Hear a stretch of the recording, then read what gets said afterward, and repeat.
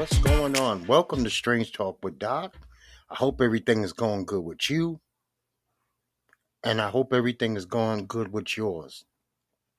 We're going to discuss people act really scared and stupid when they drive near or by police cars. And I want to find out if you're one of those people. Because it really makes no sense at all to do such a thing. If you're driving dirty, then get your fucking license fixed.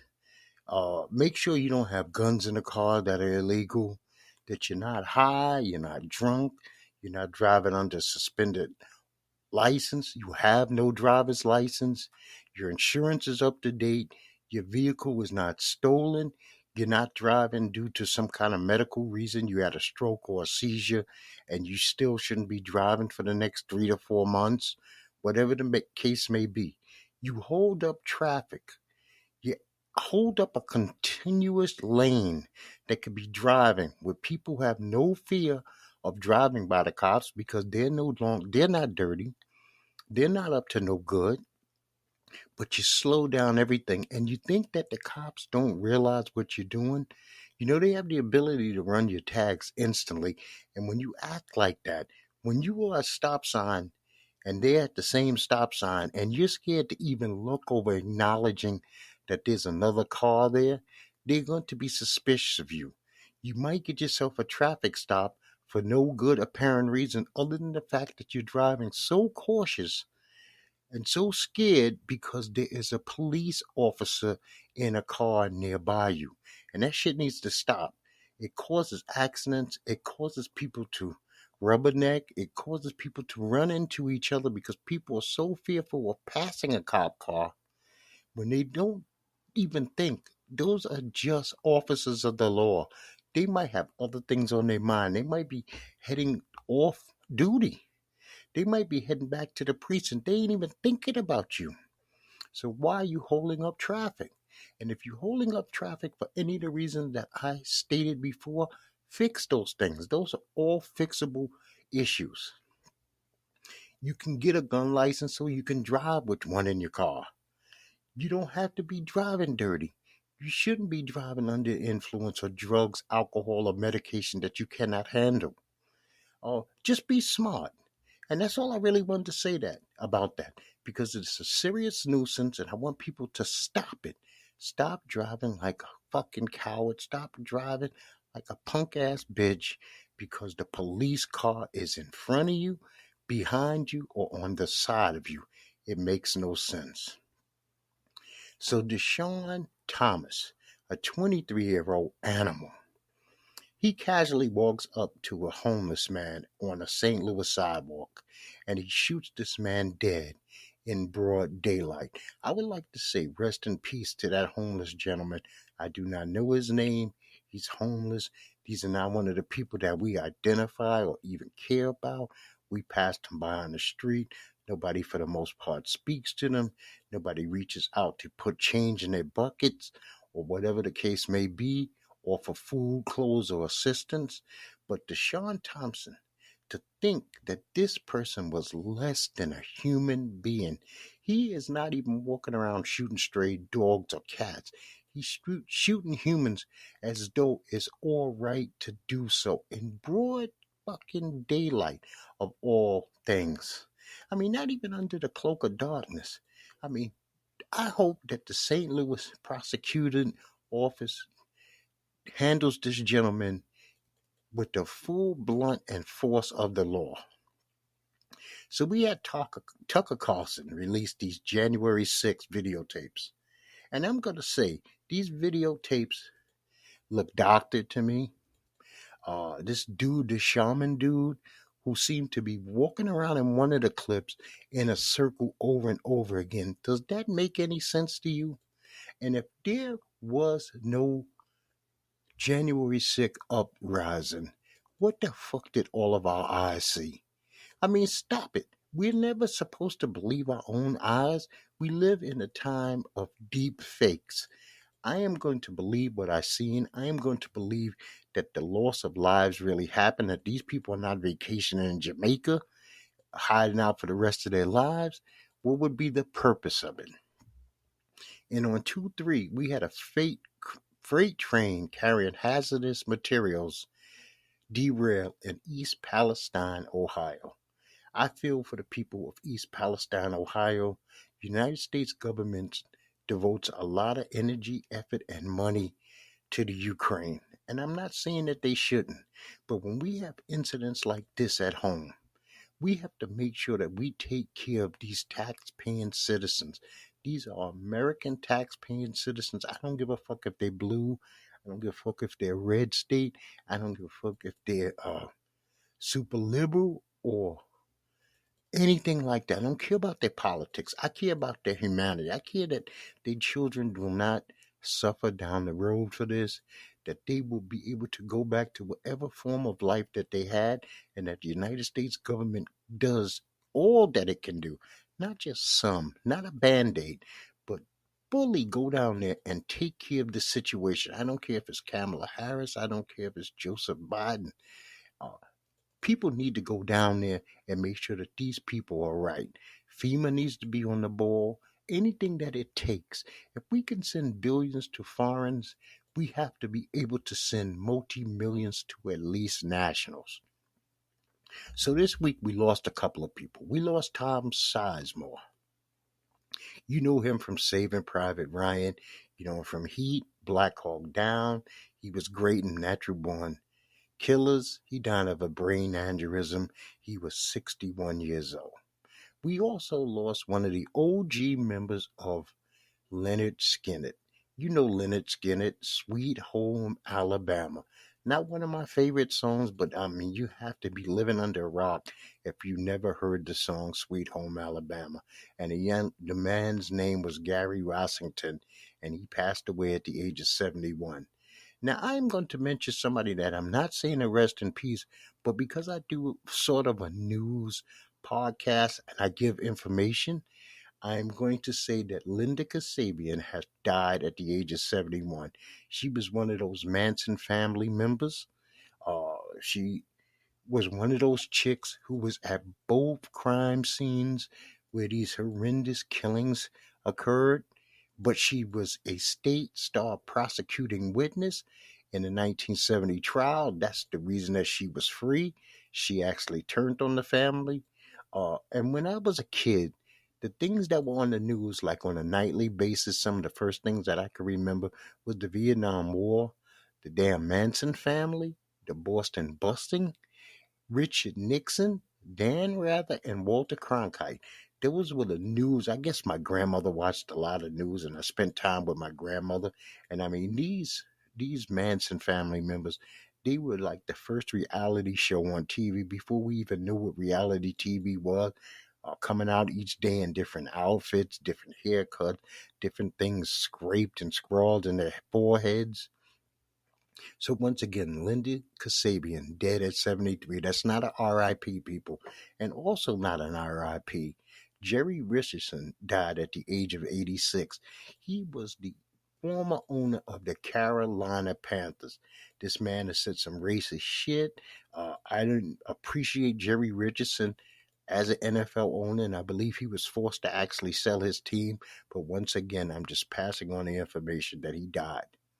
So the FBI had to put out these seize orders for failed background checks on gun purchases over the years 2021, 2022. And they said they hit historic rates. Now, if you don't know, what happens is when you pass a background check, it could be instant.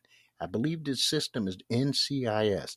They can give you an instant okay, or some people they tell to wait 3 days. Now, the people that they tell to wait 3 days, if the FLL receives no answer whatsoever, they take that as a go ahead to sell the firearm. Now it seems like a lot of those people who waited the 3 days didn't get back a reply. They actually would have failed. Now, I don't know how the fuck the FBI is going to plan to seize these weapons that these people paid for, have owned some of them in 2 years now, with no, they're not going to get any money back. These could be dangerous situations of cops trying to seize guns from citizens who believe that they have them legally because they did go through the process of getting their background checked. Now, this is a system, if it's broken, obviously it's broken because we're talking over 12,000 seize orders. They need to have this fixed. They need to have this fixed ASAP because this is a situation that could be potentially dangerous for cops, sheriffs, and FBI agents. So, you know what? Maybe this is a lesson learned. Now, also, thousands of nurses are out there practicing medicine. They're helping the sick, the infirm, people, I believe, in surgeries, nursing homes. And we found out that thousands of them do not have the proper training because they obtained fake diplomas. I think it's a fucking disgusting thing to say, you know, out of everything I'm going to do, I want to be a caregiver, but I'm not going to get the proper training. I'm going to buy a fake ass license. People are not doing their proper due diligence, even in the day and age of the internet. And these people could be actually potentially causing a hell of a lot more harm than help. Because why not go about doing things the right way so that you can be a proper nurse? That so that you, at the end of your life, could say that I provided good care, I provided good services, I gave comfort to those who were sick. Not, I didn't look at them as just a paycheck. This also has to be fixed. These people have to be filtered out. The hospitals have to filter them out.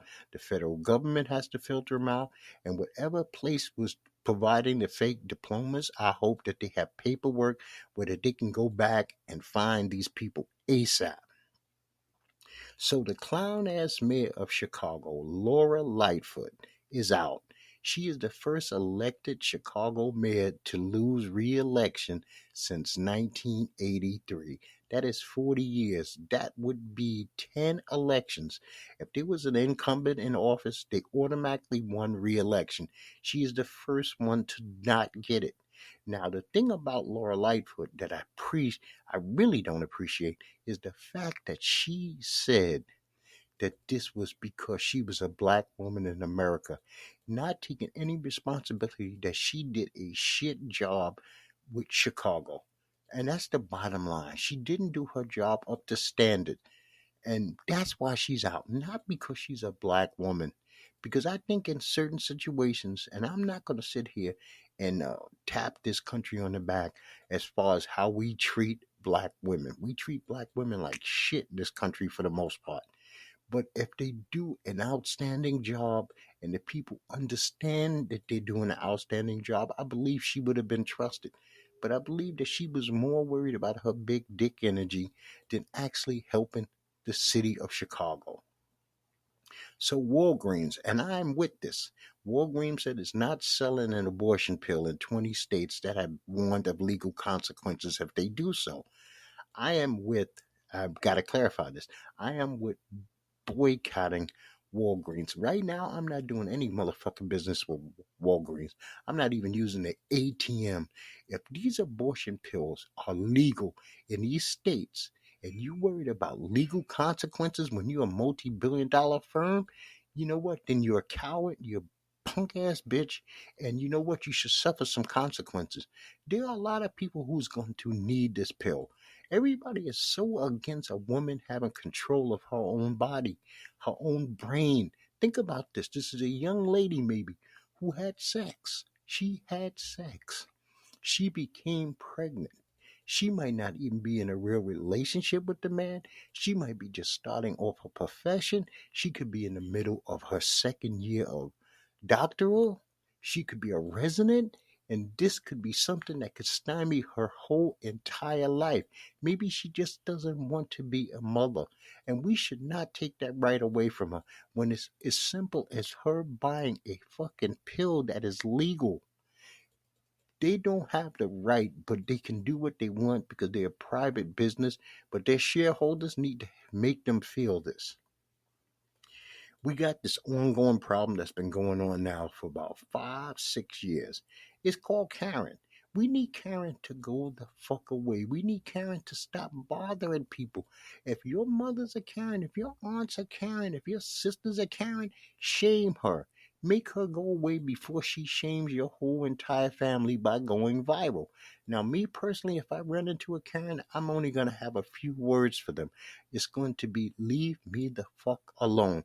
I am not the type to pull out my phone and try to post a TikTok or YouTube or any kind of video. I want the situation to end as soon as possible. Now, if she threatens any physical force, I will protect myself in any manner that I think is necessary, short of killing her. But I am not trying to go viral because somebody is being a lunatic that day. And I would give a thumbs up to Dave Grohl. You might know Dave Grohl, you might not know Dave Grohl, but Dave Grohl was with Nirvana. He has now been the lead singer and guitarist and drummer for the Foo Fighters for years.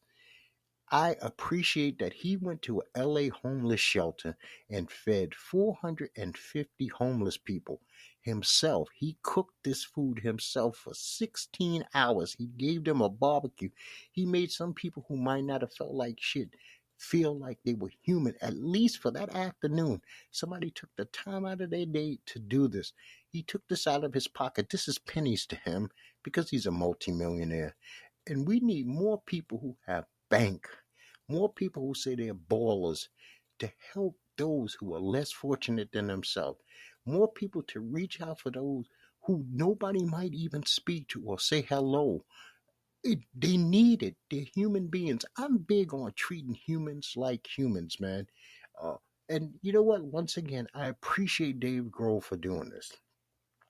Now, somebody I have no respect for anymore is Chris Rock. Chris Rock had a comedy special come out on Netflix this week. I refuse to watch this comedy special.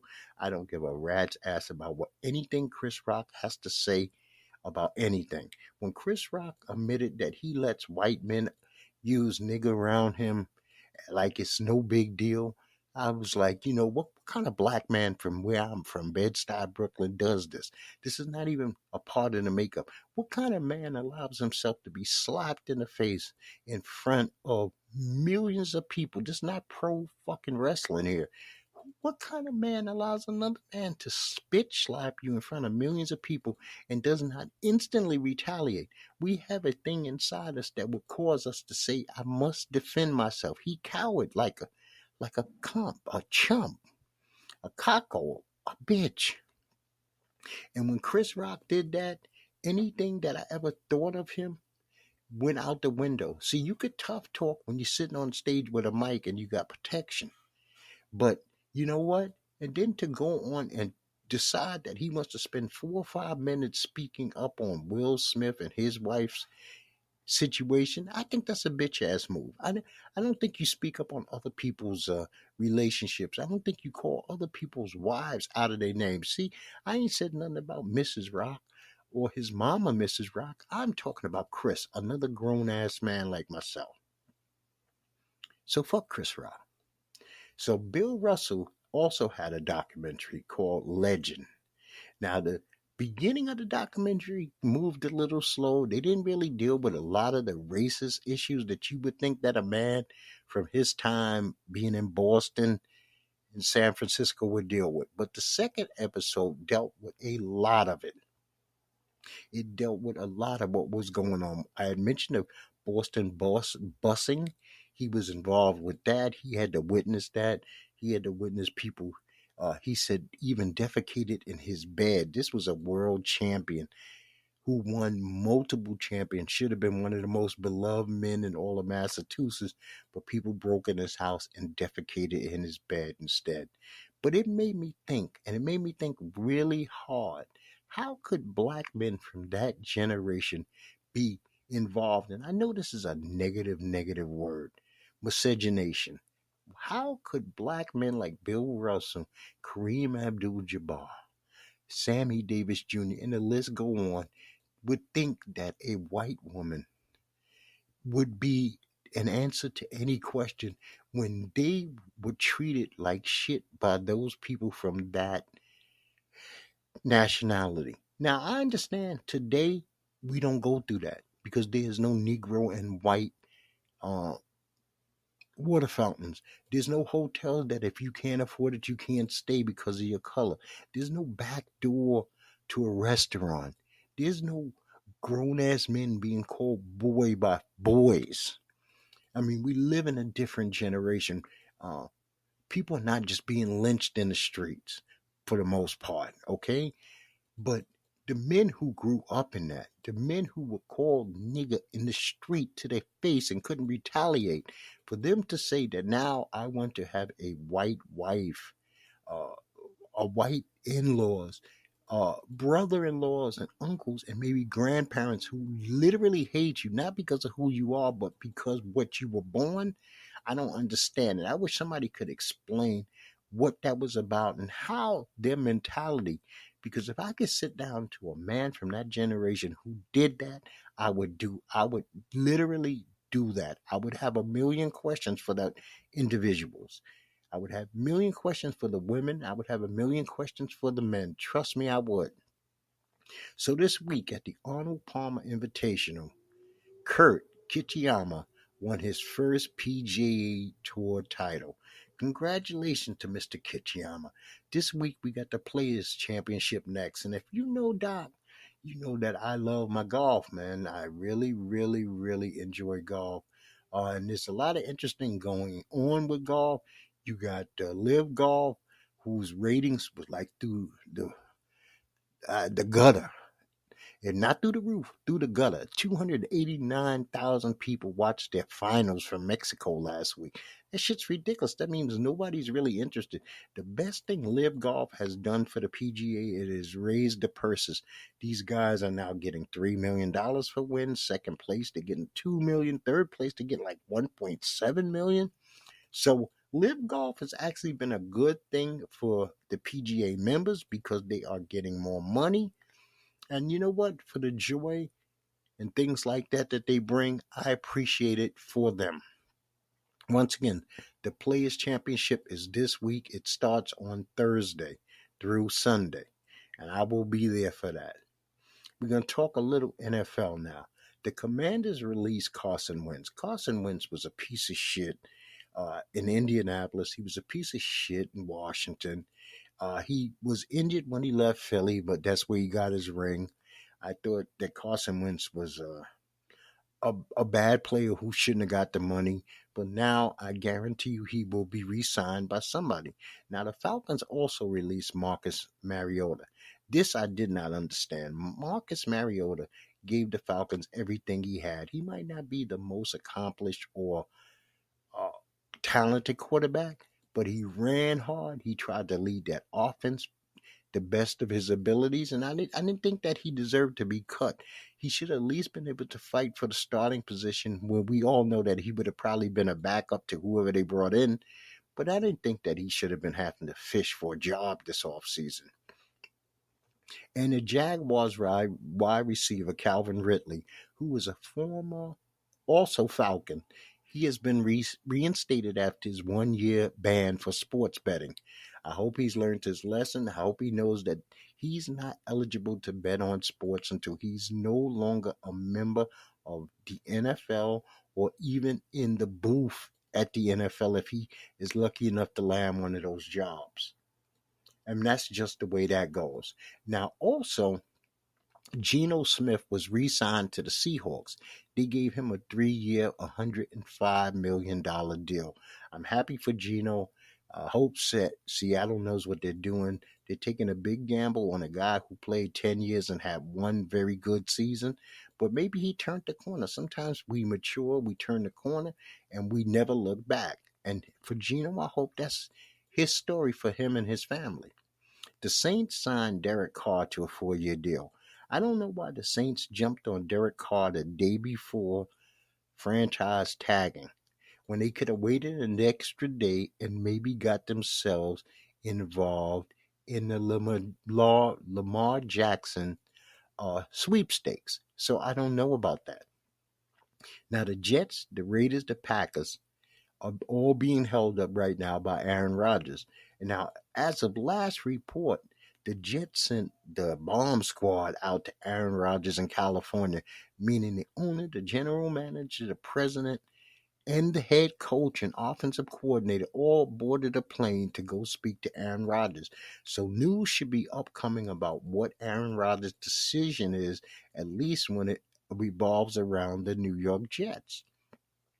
And speaking of New York, the Giants signed Daniel Jones to a 4-year extension worth $160 million dollars, with the potential to make 35 million more in incentives. Now, this I don't understand. Daniel Jones deserved to be resigned. I'm going to state that. Daniel Jones played well last year. He ran the ball hard. He led them to the playoffs and a playoff victory. But I don't see 160 million. Should Daniel Jones be making 40 million a year with the potential to make another maybe 5-6 million per with those incentives thrown in? No. Daniel Jones should have been a 30 million, 35 million at best. But you know what? If this is going to hurt the Giants in cap space going down the road, me being a Cowboy fan, I'm more than happy that they did this. So the NFL franchise tags were as such: Tony Pollard, Cowboys; the Raiders, Josh Jacobs; the Jaguars tagged Evan Ingram; the Giants tagged Saquon Barkley, which I would have did backwards. I would have tagged Daniel Jones and gave Saquon Barkley a 3 to 4 year deal for 12 million. That would have only cost you 48 million on salary cap, and Daniel Jones would have been stuck with the non-exclusive, which would have paid him 32 million. And this would have been, if he does good again next year, either you re-sign him long term or you tag him again. And then the Ravens, in the shock move to me, and disrespectful as a motherfucker, placed the non-exclusive franchise tag on Lamar Jackson. So Lamar Jackson will go into 2023 season making less money today than Daniel Jones, because that's only going to be worth $32 million. Now, other teams get to bid on Lamar Jackson. They just have to give up 2 first-round draft picks if they decide to sign him. And the Ravens do not match that offer. But this is total disrespect, and my prediction is he's played his last game for the Baltimore Ravens. Now, a couple of teams have shot up out the mouth and already said that they're not going to get involved in the hunt, and that's the Commanders, which I don't understand. They have no real quarterback. The Raiders, who have no real quarterback. The Falcons, who have no real quarterback. The Carolina Panthers, another team who do not have a real quarterback. And they're all sitting there saying that they will not pursue Lamar Jackson, an ex-MVP in this league who's still only 26 years old. Makes no sense. And if the Jets cannot get Aaron Rodgers, I say the Jets throw all their money on the table and try to get Lamar Jackson. That young team with that good defense and Lamar Jackson, I think they will be a damn good team. Today, my former Cowboy, the playmaker himself, Michael Irvin, is promised to hold a press conference to explain what has happened to him since Super Bowl weekend. He's been taken off the NFL channel. He's been taken off ESPN. There's supposedly some misconduct, but we have never really heard the story. And hopefully, Michael Irvin can straighten some of this shit out for us. You know, I wish the playmaker nothing but the best. I mean, he's one of my favorite players of all time. He's a Cowboy legend, a Hall of Famer, a 3-time Super Bowl champion. I've been following this guy since he was a Hurricane at the University of Miami. So we had Jon Jones return to fighting in the UFC this past weekend. He defeated Ciryl Gane in the first round by submission with a guillotine choke. This makes Jon Jones and Daniel Cormier the only 2 fighters that I know of who've had the light heavyweight and heavyweight titles. So that's history making right there. Ciryl Gane should be ashamed of himself. He didn't put up much of a fight. He went down to the ground on one takedown. Jon Jones just basically just worked his arm in there. Before you knew it, it was over, and I was like, what the fuck? What the fuck, man? Damn. John Jones barely broke a sweat. He barely took a punch to the face. He barely took a kick to the calf. And that quick at heavyweight after 3 years layoff, he's the heavyweight champion. No knock against Jones. All the knocks go against Ciryl. And also on this card, Alexa Grasso defeated Valentina Shevchenko in the fourth round due to a submission, rear naked choke. And Miss Grasso is now the flyweight champion. She broke Valentina's 9-fight win streak and 8-fight championship win streak. Now, Valentina went to the well one time too many. She likes doing this little back spinning kick, and when she missed it, Grasso jumped on her back like a spider monkey, put that arm in under her neck, put those hooks in around her waist, and Valentina eventually had to submit. And you know what? I was totally shocked, but you know what? I think that Grasso and her camp had did great scouting. They said she likes to do that little spinning back kick, and they caught her on it, and that was it. Jeff Neal lost to Shakvav Rachmaninoff in the third round via submission, a standing bulldog choke. There was some good fights, but this was not a card that I thought lived up to the hype, especially because the John Jones Ciryl Gane fight was so anticlimactic. Uh, you had Bo Nichols, who was a big time hype. He beat Jamie Pickett, who was claiming he was kicked in the balls, but I really didn't see it. It was a head and arm choke in the first round. Uh, Cody Galbert didn't look like shit, but he won against Trevin Jones. It was Derek Brunson had to have the towel thrown in because Darius Duplessis just was landing blows on him left and right. Amanda Ribas and Viviana Ario, uh, they fought to a unanimous decision for Ribas. It wasn't that great a fight.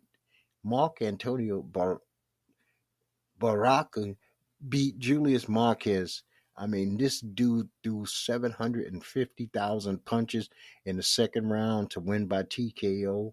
And it was just an okay card. It was nothing to knock your socks off. But we do have UFC coming up this weekend. We have UFC 71 and the main event. And this is going to be on ESPN Plus, by the way. Is Peter Young is fighting Murad Develashkish. You got Ariana Lipsky on this card. You got Mario Batista's on this card.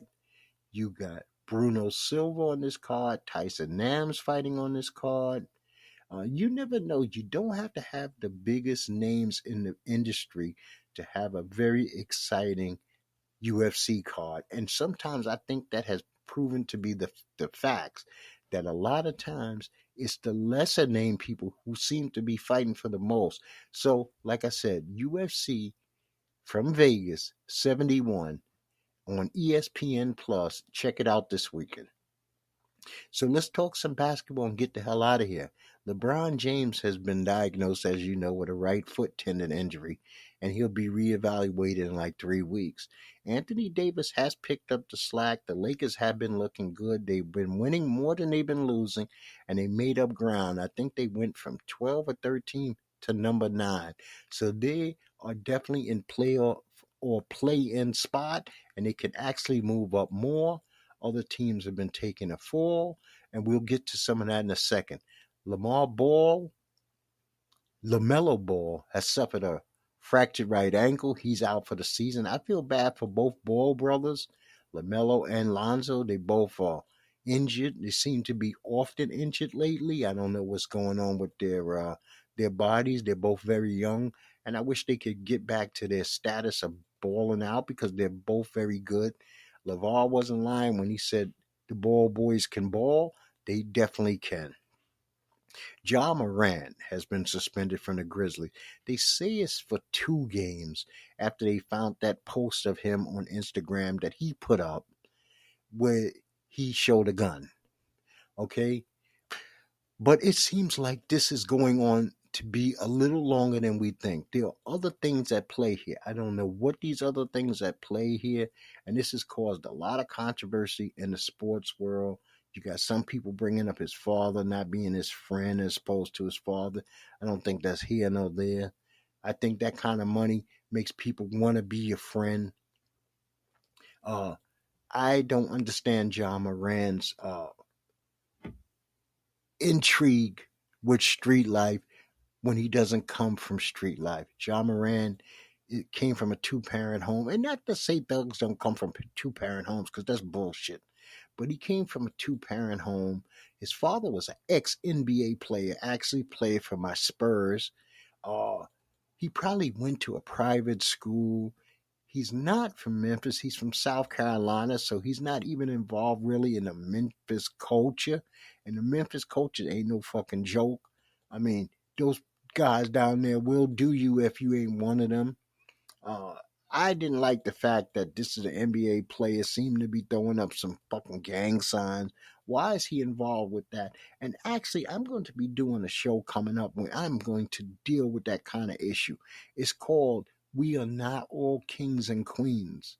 And I have to be honest about that. And I'm going to explain what separates a king and a queen from a fool and a jester, a court jester, a fool, and an imbecile, because some of us are pretending to be kings and queens and we're not. I wish Ja the best, man. I mean, he's got the bag. He has the opportunity to get another bag in an instant right down the road. He's in his early 20s. He might be 23. So his next contract will be coming up at the age of 27, 28. So that means he could sign for another 200 and something million, plus Powerade, plus a signature sneaker from Nike. He has a lot to lose. We're not talking about Ja Morant being rich. We're talking about Ja Morant leaving his grandchildren in wealth. We're talking wealth as opposed to richness. We're talking about a man who has the potential to easily be a billionaire if he does the right thing. I ain't telling Ja Morant to make people comfortable. I ain't telling Ja Morant to kiss nobody's ass. I'm telling Ja Morant to be true to Ja Morant. If he could be true to himself, to his core values, beliefs, and himself, there's nothing that he should have to do to impress anybody at a street level. The doors that he goes through, guys in the street can't even believe what's on the other side of those doors. And he has to appreciate the fact that he can go through doors that most people will never even know exist. So in the NBA this week, tonight, we got the Trailblazers versus the Celtics. The Celtics have been on a downhill spiral for about a week or two now, and they need to get their shit together. This is not the time right before the playoffs to really go belly up. The Raptors are playing the Clippers. The Clippers do not have it together since Russell Westbrook came over. I don't know if they're going to recoup or what they're going to do. And you got the two most surprising teams in the NBA. You got the Knicks going up versus the Kings. The Kings are the Knicks and the Knicks are the Kings. Just switch them out from east to west. They're both two of the most surprising teams in the league. The Nets, who I thought was going to completely fall apart, are playing the Bucks also on Thursday. Friday, you got the Cavs versus the Heat. You got the Raptors versus the Lakers. AD has been balling out. Then you got the Blazers versus the 76ers. Saturday, you got the Knicks versus the Clippers, the Bucks versus the Golden State Warriors, who only seem to be able to win games in Golden State. You got the Kings versus the Suns, and Sunday you got the Nets versus the Nuggets, the Knicks versus the Lakers, and the Blazers versus the Pelicans. And before I go, let's not be scared when you're driving in back of, on the side of, or have a cop car directly in front of you. Don't slow up traffic. Don't put eyes on you that don't need to be on you because you're acting some kind of way, especially if you're not dirty. If you're not dirty, why are you driving like that? And you cannot tell me you haven't seen people driving foolishly like that. And I'm going to tell you, like I tell you each and every time, until I speak to you next time, people, please subscribe if you can. Comment back to me. I love to hear from people. I don't care if you do it through Instagram, through Twitter, through my Facebook, or my website. I love to hear from the people who listen to me. Why you listen to me, what you don't like about what I do, what you like about what I do, what you thought I was wrong, what you thought I might have been right about. It does not make a difference. I appreciate you each and every time that you take a moment out of your day to spend with Strange Talk with Doc when you don't have to. Because there's a lot of other things that you can do that do not involve me. But I appreciate you for it. And I just want to say to you and yours, peace, peace, and peace.